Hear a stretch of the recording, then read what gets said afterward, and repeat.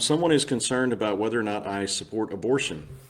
I'm pretty sure that I've made it fairly clear, not only with my statements, with my actions in the legislature, and with my life, that I absolutely support the right to life from the moment of conception, or, as I wrote in a resolution that I proposed to the House of Delegates, the moment of conception, cloning, or the functional equivalent thereof. I was really just trying to cover all the bases there.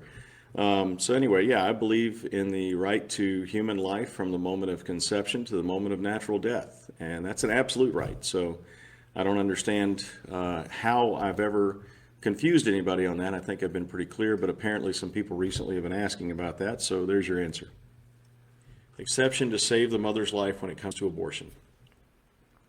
An ectopic pregnancy. If you have an ectopic pregnancy, the baby will not live. The baby cannot grow to full gestation in the fallopian tube. The baby will die, and the mother most likely will if you don't take immediate action. If the fallopian tube ruptures and you're not prepared to handle that, then almost certainly the mother will die as well. It seems right and fair to me that you perform a tubal ligation, or if not a ligation, at least remove the ectopic pregnancy. I hate even thinking about these things, but of course doctors have to think about it, mothers have to think about it, so I have to think about it. So an ectopic pregnancy. Other issues that may lead to a child's death or to a mother's death. Here's the thing.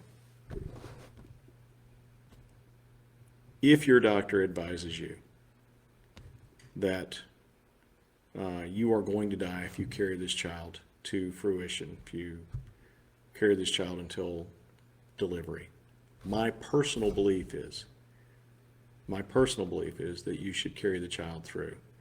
And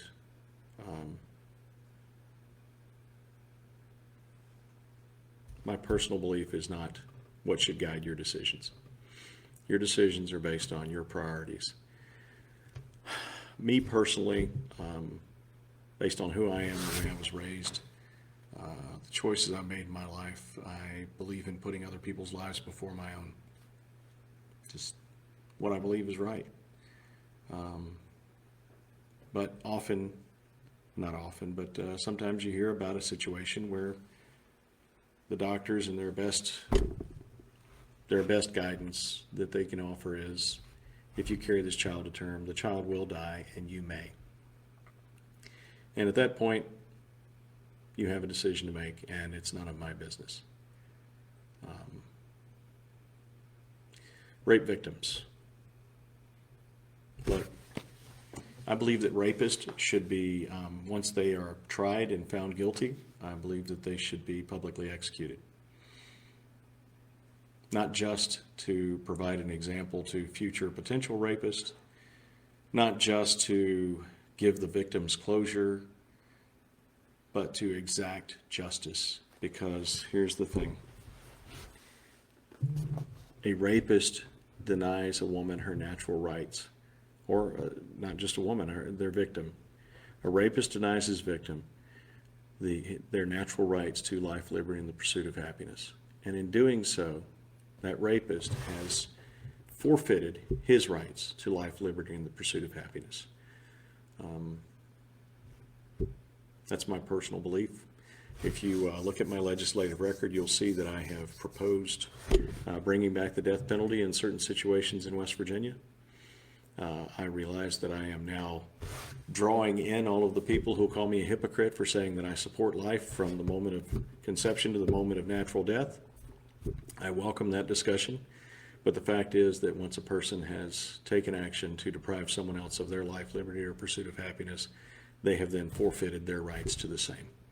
And the government exists for the purpose of making that decision.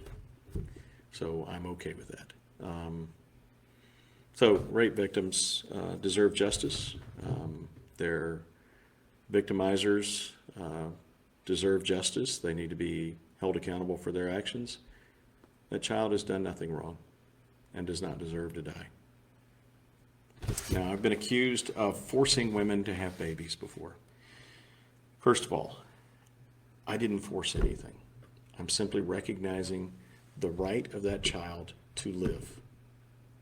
And I regret the horrible circumstances, and I personally, as I have done in the past, and as I will continue to do, I personally will do all that I can to support you in your effort to dealing with the situation you're in and taking care of that child. And if necessary, finding someone else to take care of the child after it's born. I believe the government owes you that as well, because it's part of the justice, the right to life that needs to be upheld and defended.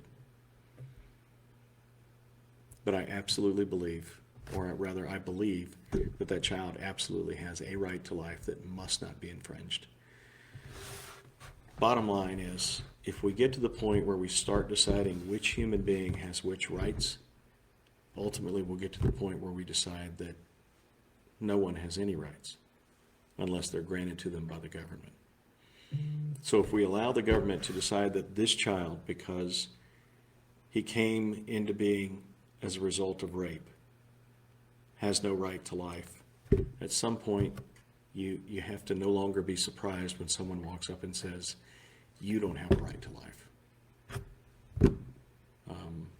It's horrific, and I understand that, and I have dealt with people who are in that situation, and I have done all that I could to help them and take care of them. And I would love, dearly love, to help the person who did this to you to find justice as well. That child did nothing wrong, and we owe them the opportunity to live.